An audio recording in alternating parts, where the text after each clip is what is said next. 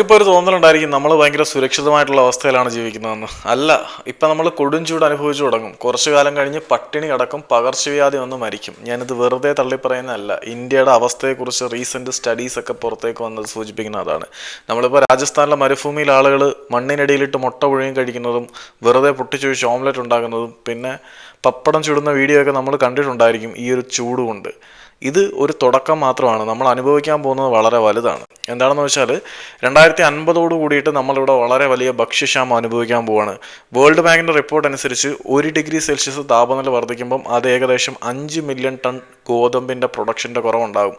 നമ്മൾ ഇന്ത്യ അത് അനുഭവിച്ച് തുടങ്ങിക്കഴിഞ്ഞു. എന്താണെന്ന് വെച്ചാൽ 2023 ജൂലൈയിൽ, കഴിഞ്ഞ വർഷം ജൂലൈ മാസത്തിൽ ഇന്ത്യ ബസ്മതി റൈസ് ഒഴികെയുള്ള അരികളുടെ ഗോതമ്പിൻ്റെയും കയറ്റുമതി നിരോധിച്ചുകൊണ്ട് ഉത്തരവിട്ടു. 11.5% പ്രൈസ് ഹൈക്കും ഉണ്ടായി. കാരണം നമ്മളുടെ കൃഷിനാശം വളരെ വലിയ തോതിൽ, അല്ലെങ്കിൽ പ്രൊഡക്ടിവിറ്റി വളരെ വലിയ തോതിൽ കുറഞ്ഞു എന്നതിൻ്റെ മറ്റൊരു എക്സാമ്പിളാണ്. പിന്നെ മറ്റൊരു സംഗതി, ഇൻഡസ് വാലി, നമ്മുടെ സിന്ധു ഗംഗ നദികൾ ഓവർഫ്ലോ ആണ്, കരകവിഞ്ഞൊഴുകാൻ തുടങ്ങിയിട്ടുണ്ട്. അതിൻ്റെ കാരണം എന്താണെന്ന് വെച്ചാൽ ഈ താപനില തന്നെയാണ്. 2.5 ഡിഗ്രി സെൽഷ്യസിൽ കൂടുതൽ താപനില ഉയരുന്നതിൻ്റെ ഫലമായിട്ട് നമ്മുടെ ഹിമാലയത്തിലെ ഗ്ലേസിയേഴ്സ് ഉണ്ടല്ലോ, മഞ്ഞ് പാളികൾ ഉരുകി അവിടെ നിന്ന് വെള്ളം വലുതായിട്ട് ഈ സിന്ധു ബ്രഹ്മപുത്ര നദികളിലേക്ക് ഒഴുകുന്നതും അതിൻ്റെ ഭാഗമായിട്ട് നദികൾ കരകവിഞ്ഞൊഴുകുകയും ചെയ്യുന്നുണ്ട്. അതിൻ്റെ ഭാഗമായിട്ട് 250 മില്യൺ ഏറെ ജനങ്ങൾ മിസ്പ്ലേസ്ഡ് ആയി പോവുകയും ഒരുപാട് പ്രശ്നങ്ങൾ അനുഭവിക്കുകയും ചെയ്തിട്ടുണ്ട് ഈ സിന്ധു ബ്രഹ്മപുത്ര ഗംഗാ നദീതടങ്ങളിൽ നിന്ന്. മറ്റൊരു ഘടകം എന്താണെന്ന് വെച്ച് കഴിഞ്ഞാൽ, നമ്മൾ ഏറ്റവും പേടിക്കേണ്ട ഒരു ഘടകം എന്ന് വെച്ചാൽ മുംബൈ ഉൾപ്പെടെയുള്ള മഹാനഗരങ്ങൾ കുറച്ചു കാലം കഴിഞ്ഞാൽ വെള്ളത്തിനടിയിലേക്ക് പോകും. IPCCയുടെയും നാസയുടെയും റിപ്പോർട്ടുകൾ അനുസരിച്ച് മുംബൈ, ചെന്നൈ, വിശാഖപട്ടണം, കൊച്ചിൻ, മംഗളൂർ, അതായത് നമ്മുടെ കൊച്ചിൻ ഉൾപ്പെടെയുള്ള സ്ഥലങ്ങൾ കുറച്ചു കാലം കഴിയുമ്പം വെള്ളത്തിനടിയിലേക്കായി പോകും. കാരണം നമ്മുടെ സീ വാട്ടർ ലെവൽ, സമുദ്ര ജലനിരപ്പ് ഉയരും. അത് എക്സസീവായിട്ടുള്ള താപനില കൂടുന്നതിൻ്റെ ഫലമായിട്ടാണ്. ഗ്ലോബൽ വാർമിങ്ങിൻ്റെ ഫലമായിട്ട് സമുദ്ര ജലനിരപ്പ് ഉയരുന്നതിൻ്റെ ഫലമായിട്ട് മാൽദീവ്സ് പോലെയുള്ള രാജ്യങ്ങളുടെ പല ഭാഗങ്ങളും വെള്ളത്തിനടിയിലായി പോകുന്നുണ്ട്. അതുകൊണ്ട് മാൽദീവ്സ് അധികൃതർ ലോകത്തിൻ്റെ മുഴുവൻ ശ്രദ്ധ ക്ഷണിക്കാൻ വേണ്ടിയിട്ട് വെള്ളത്തിൻ്റെ അടിയിൽ പോയി അവർ ഉച്ചകോടി നടത്തിയ കാര്യങ്ങളൊക്കെ നമ്മൾ മറന്നിട്ടില്ലായിരിക്കും. 2100 കൂടിയിട്ട് നമ്മളുടെ കൊച്ചിൻ ഉൾപ്പെടെയുള്ള നഗരങ്ങൾ വെള്ളത്തിനടിയിലാവാനുള്ള സാധ്യതയുണ്ട് എന്ന് IPCCയുടെയും നാസയുടെയും റിപ്പോർട്ടുകൾ തെളിയിക്കുന്നുണ്ട്. പിന്നെ വാട്ടർലെസ് ഡൽഹി, നമ്മളുടെ ഡൽഹി ഉൾപ്പെടെയുള്ള ചില നഗരങ്ങൾ ജലമില്ലാതാവുന്ന അവസ്ഥയിലേക്ക് പോവുകയാണ്. ഡൽഹി, പൂനെ, ബംഗളൂരു തുടങ്ങിയ അർബൻ സിറ്റീസിലെല്ലാം വളരെ വലിയ ജലദൗർലഭ്യം നമ്മൾ അനുഭവിക്കാൻ പോവുകയാണ്. ഇപ്പം അതിൻ്റെ സിംറ്റംസ് നമ്മൾ കണ്ടിട്ടുണ്ട്. നിലവിൽ ഇന്നത്തെ സാഹചര്യത്തിൽ തന്നെ per day 50 million gallon water shortage നമ്മുടെ രാജ്യത്ത് അനുഭവപ്പെടുന്നുണ്ട് ഓരോ ദിവസവും. അപ്പം നമ്മളത്ര സേഫാണ് എന്നുള്ള ചിന്തകളൊക്കെ നിങ്ങൾ ഒഴിവാക്കിക്കോളൂ. ഇതിൻ്റെ കൂടെ നമ്മൾ അനുഭവിക്കാൻ പോകുന്ന സാധനമാണ് ഡെഡ്ലി ഡിസീസസ്. ഇതൊന്നും ഞാൻ വെറുതെ പറയുന്നില്ല, കൃത്യമായ പഠനങ്ങളുടെ അടിസ്ഥാനത്തിൽ തന്നെയാണ് പറയുന്നത്.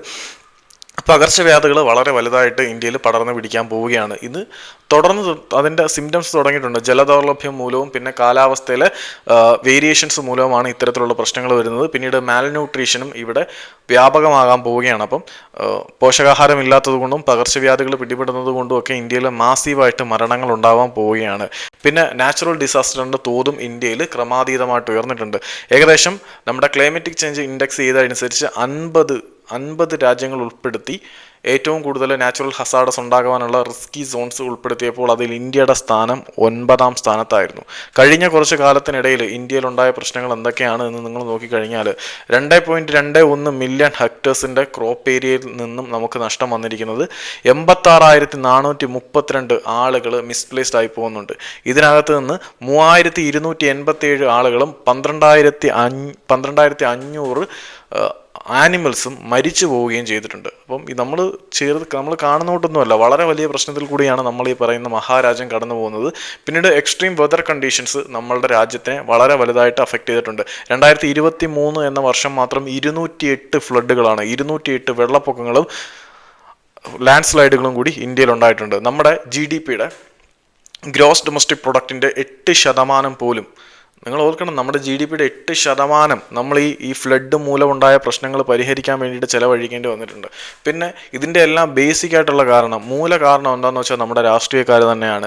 1999 മുതൽ 2019 വരെയുള്ള കാലഘട്ടം എടുത്ത് നോക്കിക്കഴിഞ്ഞാൽ നമ്മുടെ ഇന്ത്യൻ പാർലമെൻറ്റിൽ 0.03% മാത്രമേ ക്വസ്റ്റ്യൻസ് ക്ലൈമറ്റിക് ചേഞ്ചുമായിട്ട് ബന്ധപ്പെട്ട കാര്യങ്ങളിൽ ഉന്നയിക്കപ്പെട്ടിട്ടുള്ളൂ. ഇവിടെ ഈ രാജ്യത്ത് ഇത് പലരും നെഗ്ലക്റ്റ് ചെയ്യുന്നതിൻ്റെ കാര്യം ഗ്രീൻ പൊളിറ്റിക്സ് അല്ലെങ്കിൽ ഗ്രീൻ പൊളിറ്റിക്കൽ പൊളിറ്റിക്കൽ പാർട്ടീസ് ഇവിടെ വരേണ്ട കാലം കഴിയുമെന്ന് പറയണം. യു കെയിലും ബ്രിട്ടനിലും ഒക്കെ ഇത്തരത്തിലുള്ള പ്രശ്നങ്ങൾ വന്നപ്പോൾ ഗ്രീൻ പൊളിറ്റിക്കൽ പാർട്ടീസ് വന്നിട്ടുണ്ടായിരുന്നു. ആ ഗ്രീൻ പൊളിറ്റിക്കൽ പാർട്ടീസ് കാര്യങ്ങൾ ഏറ്റെടുത്തു തുടങ്ങിയതോടുകൂടി ഗവൺമെൻറ്റുകൾ നിർബന്ധിതരായി മീൻസ് എൻവയോൺമെൻറ്റൽ പ്രൊട്ടക്ഷന് വേണ്ടി കാര്യങ്ങളുമായിട്ട് ഇറങ്ങിയിട്ടുണ്ട്. അതിപ്പം വികസിത രാജ്യങ്ങൾ നമുക്ക് മുന്നിലുള്ള ബെസ്റ്റ് എക്സാമ്പിൾസ് ആണ് എന്ന് തന്നെ പറയാം. പിന്നെ ബാക്കിയുള്ള കാര്യം ഗ്രീൻ മാനിഫെസ്റ്റോ എന്ന് പറഞ്ഞിട്ട് ഓരോ പൊളിറ്റിക്കൽ പാർട്ടീസും ഓരോ ഗിമ്മിക്ക് കാണിക്കുന്നുണ്ട്. ഇപ്പം BJP കാര്യം എടുക്കുകയാണെങ്കിൽ 2047 കൂടിയിട്ട് അവർ മൗസം എന്ന പേരിലൊരു പ്രോജക്റ്റ് അനൗൺസ് ചെയ്തിട്ടുണ്ട്. അവരെന്താണെന്ന് വെച്ചാൽ നാഷണൽ അറ്റ്മോസ്ഫിയറിക് മിഷൻ വഴി ഇന്ത്യയിൽ നിന്നും കാർബൺ എമിഷൻ 0 മാറ്റും. പിന്നീട് ഗ്രീൻ ആരവല്ലി പ്രൊജക്റ്റ് എന്ന് പറഞ്ഞ് മറ്റൊരു സാധനം പ്രഖ്യാപിച്ചിട്ടുണ്ട്. ഇതൊക്കെ പ്രഖ്യാപനങ്ങൾ മാത്രമായിട്ട് പോകുന്നതേ ഉള്ളൂ, അങ്ങ് അവസാനിക്കുന്നതേ ഉള്ളൂ. കോൺഗ്രസും ഇത് സംബന്ധിച്ച് എന്തൊക്കെയോ എവിടേക്കോ കടന്ന് ചിലയ്ക്കുന്നതല്ലാതെ കാര്യമായിട്ടുള്ള സംഭവങ്ങളൊന്നും ഉണ്ടായിട്ടില്ല. ഇനി ഇതിനെതിരെ നമുക്ക് എന്ത് ചെയ്യാൻ പറ്റും എന്ന് ചോദിച്ചു കഴിഞ്ഞാൽ നമ്മൾ ശക്തമായിട്ട് വോയിസ് റൈസ് ചെയ്യുക. ഇതിനെതിരെ വളരെ വലിയ രീതിയിലുള്ള പബ്ലിക് ഒപ്പീനിയൻ ആർട്ടിക്കുലേറ്റ് ചെയ്യുക. ഒരു പൊതുജനാഭിപ്രായം ഇത് സംബന്ധിച്ച് ഉന്നയിച്ചെടുക്കുക. നമ്മുടെ ഗവൺമെൻറ്റൽ പോളിസീസ് തിരുത്തുന്നത് എങ്ങനെയാണെന്ന് ചോദിച്ചു കഴിഞ്ഞാൽ അതും ക്ലൈമറ്റിക് ചേഞ്ചുമായിട്ട് എന്താണ് ബന്ധമെന്ന് ചോദിച്ചാൽ അത് തമ്മിൽ വളരെ വലിയ ബന്ധമുണ്ട്. നമ്മുടെ ഗവൺമെൻറ് ചില പോളിസീസ് എടുത്തു കഴിഞ്ഞാൽ ഷോർട്ട് ടേമിൽ അല്ലെങ്കിൽ പോലും ലോങ് ടേമിലേക്കെങ്കിലും നമ്മൾ ഇത്തരത്തിലുള്ള ഭീഷണികളിൽ നിന്നും ഒരു പരിധി വരെയെങ്കിലും രക്ഷപ്പെടാൻ സാധ്യതയുണ്ട്. ഇവിടെ പല കമ്മിറ്റികളുടെയും പല റിപ്പോർട്ടുകളും തള്ളിക്കളഞ്ഞതിൻ്റെ ഫലമായിട്ടാണ് നമ്മളിവിടെ ഫ്ലഡും കാര്യങ്ങളൊക്കെ അനുഭവിച്ചത്. അതുകൊണ്ട് തന്നെ നമുക്കും പല കാര്യങ്ങൾ ഇതിനകത്ത് ചെയ്യാൻ പറ്റും. സോ എൻവയോൺമെൻറ്റൽ പ്രൊട്ടക്ഷൻ ഇപ്പം ഒരു കാലഘട്ടത്തിൻ്റെ അനിവാര്യതയായി മാറിയിട്ടുണ്ട്. അത് വെച്ചിട്ട് മറ്റേ ഹരിതകർമ്മസേനയുടെ പ്ലാസ്റ്റിക് എടുപ്പ് ഇത് അത്ര വലിയ എഫേർട്ടായിട്ടൊന്നും കാണണ്ട. ഞാൻ അതിനെക്കുറിച്ചൊന്നും പറയുന്നില്ല, അത് വേറൊരു ടോപ്പിക്കാണ്. അതിനെക്കുറിച്ച് നമുക്ക് പിന്നീട് സംസാരിക്കാം. ഇപ്പം നമ്മൾ ഇന്ത്യ എന്ന് പറയുന്ന രാജ്യം നേരിട്ടുകൊണ്ടിരിക്കുന്ന ഭീഷണി, നമ്മൾ പോകുന്നത് വലിയ പട്ടിണി മരണങ്ങളിലേക്കും ദുർബലമായിട്ട് വളരെ ദൗർഭാഗ്യകരമായിട്ടുള്ള അവസ്ഥയിലേക്കാണ് നമ്മൾ പൊയ്ക്കൊണ്ടിരിക്കുന്നത്. ജസ്റ്റ് ഒന്ന് ഓർമ്മിപ്പിച്ചാണ്. നിങ്ങൾക്കിത് ഷെയർ ചെയ്യാൻ തോന്നുന്നെങ്കിൽ ഷെയർ ചെയ്തേക്കുക. ബൈ.